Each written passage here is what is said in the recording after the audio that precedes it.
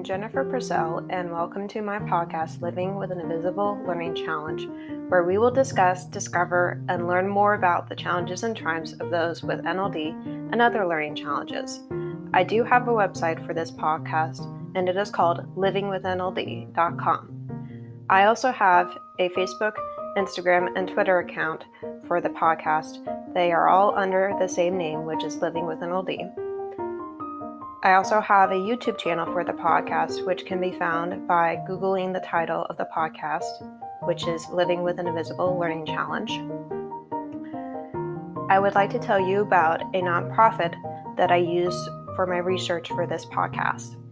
It is called the NVLD Project, and I use their blog for my research. They are a nonprofit that is based in New York and is trying to get NVLD back on the DSM, and they provide many resources for people with NVLD on their website. I'll provide you with the website for them in the podcast description. All proceeds from the ads on this podcast will be donated towards the NVLD project. Please feel free to explore the other topics on the podcast, and hopefully you will learn something new from them. I hope you enjoy today's episodes.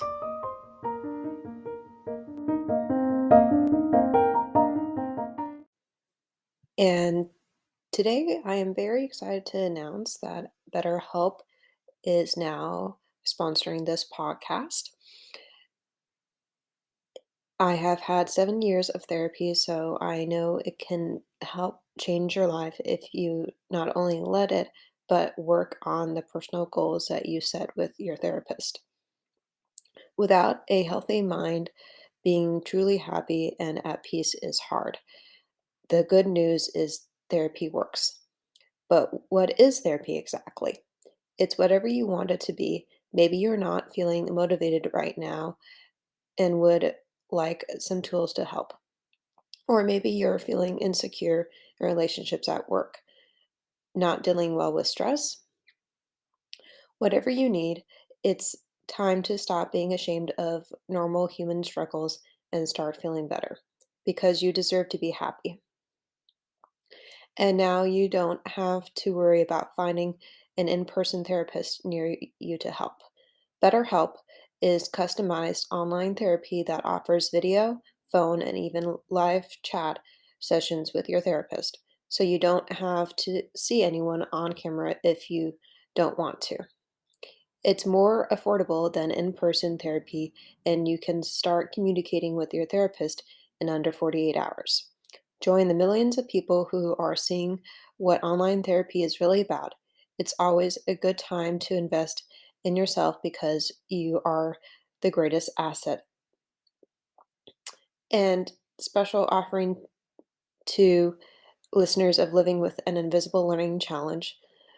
You can get 10% off your first month of professional therapy at betterhelp.com/ I'll put in the link in the podcast description for you. That's BetterHelp, HELEP. Thanks again to BetterHelp for sponsoring this podcast. I also want to mention to you that I just launched my podcast swag on Wednesday of this week and have a page for it on my website, and I will also send you the link to it in the podcast description, and I will also send it to you in the newsletter that I usually send out on Fridays. I am now selling t-shirts, water bottles, and a backpack, and they all have the podcast logo and title on it and the tagline. So I'm looking forward to watching the sales and seeing who buys them and spreading the word more about my podcast. All right, good morning. I know it's Saturday, or it might be a different day for you from where you're listening, but I ran out of time for recording yesterday. I was doing a lot of errands, so sorry about that. So I am recording a day later, but I think that's okay. I've done that before, and like I said in the last solo episode, I've been dealing with a lot recently, and some of that has been migraines and some family drama. I might write about that in a podcast episode. So please bear with me. So yeah, I'm gonna be needing to do some more uh, podcast scripting here, actually, because if I don't, I'm going to be a little bit behind. So, if you don't have one for a little bit, that would be why. So, yeah, we all have lives, and I hope that you are willing to be flexible with me and that you are okay if I, don't have a episode. So yeah, I was saying that try to be mindful of my other things that I'm doing than just my podcast. I have a full-time job and a side tech business that I'm trying to do, and it's hard to juggle all of that. So yeah, I will get to this episode, which I'm trying to actually go through and do some quick proofreading because I wanted to make it a little bit easier to read. But okay, so basically, what this episode is going to be about is why it can be so annoying or frustrating to be an NVLDer sometimes. And you can also apply this to any learning challenge or also maybe even neurotypical. I wouldn't know if it works for neurotypical because I'm not a neurotypical. So, but feel free to listen and see if you can relate to it in some way. Have you ever been annoyed or frustrated because your brain works differently than most? Or because you remember differently than others do? Are you... Sorry for a second there. I lost my place. Let me start over. Have you ever been annoyed or frustrated because your brain works differently than most? Or because you remember things differently than others do? Are you tired of repeating yourself because others forget things they said more easily than you do? I have had all of these experiences because of being a neurodivergent with NLD. Often it's hard for me to describe to someone else how my brain works because I'm still trying to figure that out for myself. It's also hard to understand it when you don't know how to describe the learning challenge you have because there's not one agreed upon definition of it. And sometimes it's hard to find the words to describe what it feels like to be neurodivergent. I do often remember things happening differently than others do in my family, but I've learned to be okay with that. Excuse me. I usually remember more details about stories because that's how my brain works. It tends to zero in on the details and not always be able to recall the bigger picture or context behind the story. It likes trying to put a puzzle together without all the pieces in the right order. Sometimes I find myself repeating what others say to me because they don't remember what they told me, and they often ask me about them. I also have to repeat what I tell others because they don't remember what I told them as well as I do. I think this is because my brain remembers auditory memories better than most do. Okay, enough about me. Let's use some articles to hear about from other NVLDers. The first article is titled about growing up with a foot on the autism spectrum, NLD, by Anita, written on December 12th, 2018. Quote, have tried as best as I can to translate my story from Norwegian to English. I hope to be able to give others a understanding of NLD, a function derogatory program that can provide a lot of invisible despite the difficulties that I have problems with writing, getting it to look good and putting its function into context. I have therefore decided to write a little about my experience with NLD. I was diagnosed with NLD in 2018 at the age of 51. I was from 6 years. Sorry, I'm having trouble reading this. I was 6 years old. I was from 6 years old of age as a child. It created many wonders around. It was concluded that I, as a child, had a poorly developed identity and sense of reality. I was perceived as a destructive, immature child who had problems with the integrated norms and visual motor skills and was therefore referred to for help in connection with school. It entailed frequent visits to the eye doctor since both my parents and the school meant that I had normal vision. They showed that I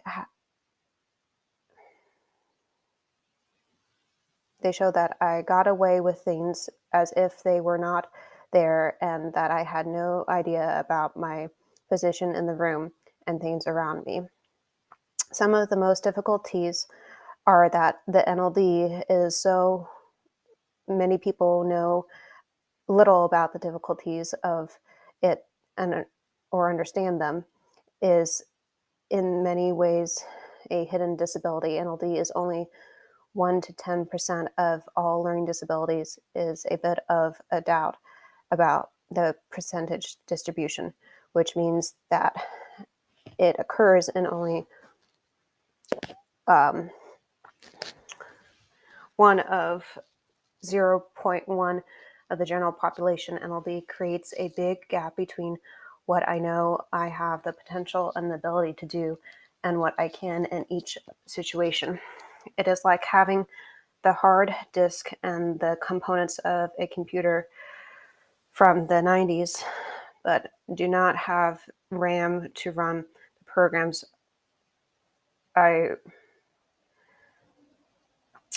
at the same time. It feels like I am constantly fighting with my head, which is my hard drive to reach the capacity that is required to run the current operating system. The concept of nonverbal learning disabilities is misleading, for the difficulties affect not only learning but the whole spectrum of life. It interrupts in a world that is black and white, has a literal interpretation, does not manage to put the details together in a whole, has difficulty interpreting facial expressions, gestures, and visual information, and makes the world different and unpredictable for an NVLDer to navigate it.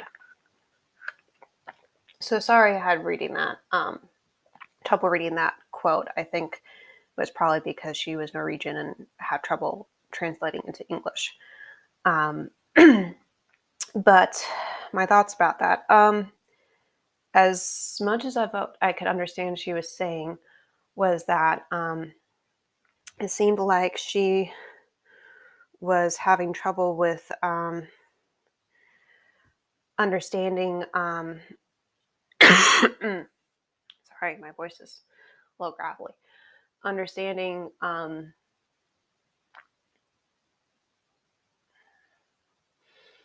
that she was having trouble with understanding herself with NLD and trying to help others understand what she's going through as well, and trying to make it easier for them to help her. I mean, I know I have that issue pretty much all the time. And with being able to basically, as best I can say, is help myself and have others help me. So the next article is titled Neurodivergent from the Cleveland Clinic. It is possible to prevent, treat, or cure being neurodivergent. Neurodiversity refers to the unique way that each person's brain develops. That means it's not preventable, treatable, or curable. Some of the conditions that cause a person to be neurodivergent are manageable if a specialist or other healthcare provider diagnoses you or someone you care for with a condition like those mentioned above. They can also talk to you about resources for people with that condition. There's a wide range of possible management options, therapy programs, and more. For some people, such as those with ADHD, behavioral therapy and medication can possibly affect their quality of life. For others, therapy programs can help you play to your strengths, meaning they show you how to make the most out of your abilities. They can also show you how to adapt to your challenges, minimizing their interference in your life. Close quote. So on that, I would say that's very validating, because I know that there's no cure for what I'm going through, and other people need to realize that too, because they need to stop saying that things like Tylenol taken during pregnancy is what causes autism. Please stop throwing out that bullshit. And I'm not going to say excuse my French, because that is BS. And basically, what causes a learning challenge or disability or difference, whatever you want to call it, is genetics or trauma, or you're born with it, and the trauma could be head trauma or emotional trauma or psychological. Yeah, so I don't know how to put it any clearer. You can't get rid of it. All you can do is try to manage it. And sometimes, like for me, I think it can cause other things. I think it has caused my migraines, and I'm trying to learn how to manage those, and it's not easy, and it can get in the way of migraines can get in the way of enjoying life, and that sucks. So I don't mean to put a damper on that, but it's true. So yeah, when you are diagnosed with a learning challenge, you have to step back and realize, whoa, this is something I'm going to be dealing with for the rest of my life, whether I like it or not. And I don't know if that's true with my migraines. I hope it's not, because I don't want to be living in this kind of pain forever. I've had them for 8 years, and that's when I was diagnosed with NLD, and it's been hard. It's been frustrating finding some things that work for a few months and then they stop working, and then I'm back at the Um, I'm back at I don't know the right word for it. I'm back at trying to figure out what works. And I feel like a lab rat. I've probably tried 30 to 50 different treatments, and it's so frustrating. Um, and I'm glad I have insurance, so it's not so ridiculously expensive. But yeah, it's frustrating, especially when your doctors don't. They just ignore the neurodiversity piece, and they're like, "We don't know how to help you with that." And I'm like, "Really? I'm the only one that can help myself with that? Come on!" Like, yeah. Sorry, I'm getting a little teary-eyed. Um, so the last article is titled Five Confusing Signs of Nonverbal Learning Disabilities by the Understood team. Talking but not connecting. Um, Kids with NVLD often have a great vocabulary. They quickly pick up words and phrases they read or hear from adults, but their big vocabularies can be deceiving. These kids can struggle to engage during the casual conversation, especially when the topic doesn't interest them. They might not notice whether another person finds a topic interesting, boring, or uncomfortable, and they might not know when it's time to give someone else a chance to talk. Asking about things but not exploring. Kids with NVLD love to bombard parents and teachers with questions. They may ask for information about a new toy rather than play with it to find out how it works. This may be because kids with NVLD often have poor visual spatial skills. Instead of exploring the world around them firsthand, they prefer asking for information. Strong reading and spelling, but poor comprehension. Kids with NVLD are often very good readers. They're strong at decoding, sounding out letters and words, and word recognition, reading words by sight without sounding them out.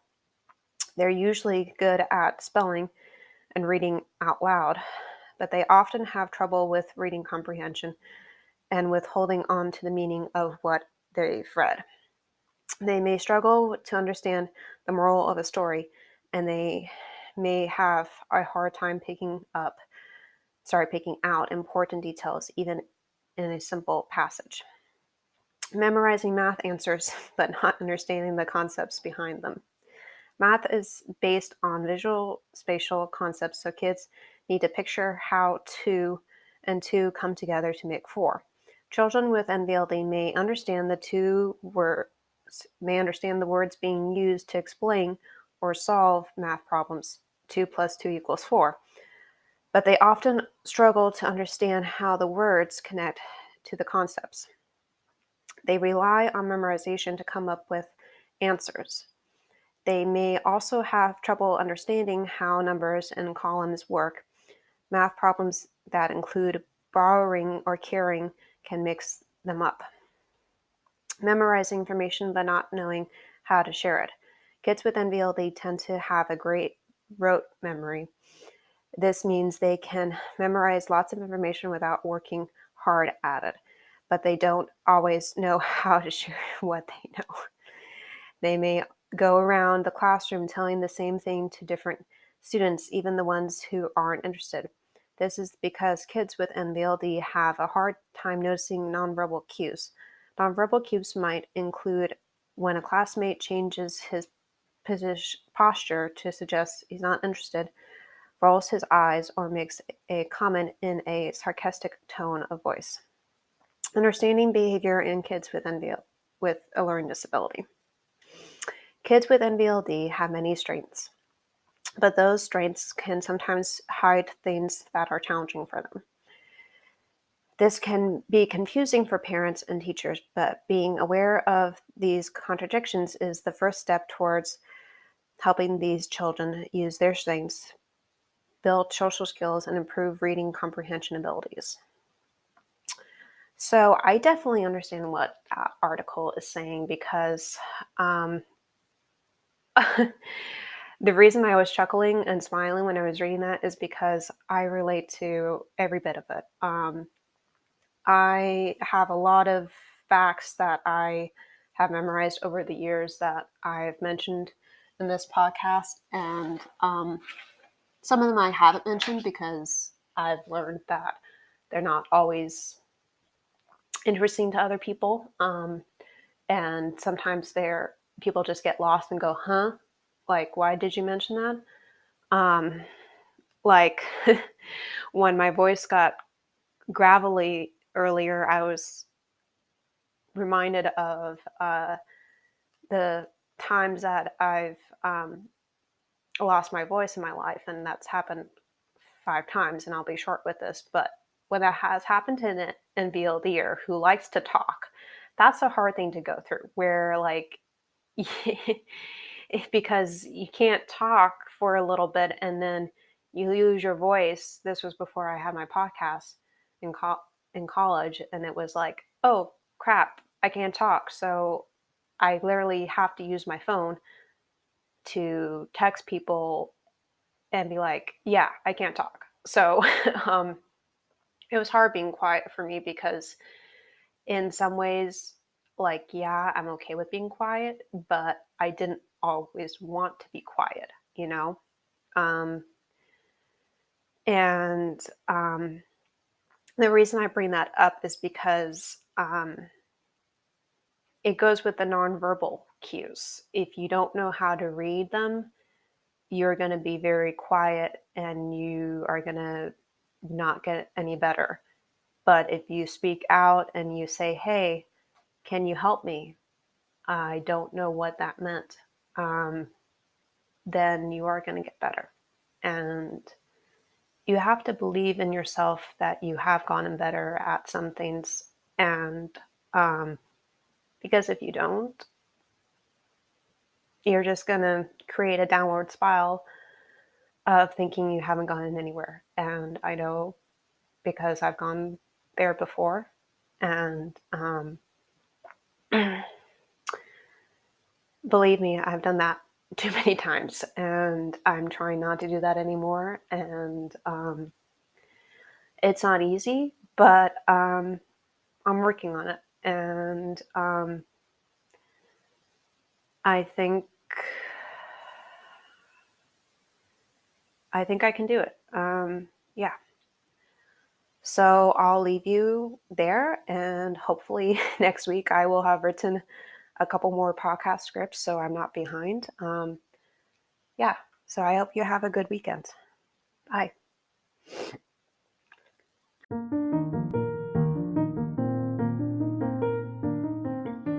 As I wrap up, there are some things I would like to share with you. I do have a website for this podcast. It is called livingwithnld.com. I also have a Facebook and Instagram page for this podcast. It is called Living with NLD. I will include the links for those in the description. In conclusion, I would like to hear from my audience. If you know individuals with NLD that I could interview for this podcast, please email me at livingwithnld@gmail.com.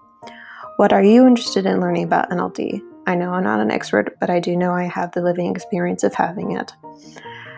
I would like you to practice journaling about your gifts and differences. Also, see if there is a way that you can make that difference become easier for you to do than it originally was. Thank you for listening today, and please go to my YouTube channel and subscribe to it. Thank you. Bye.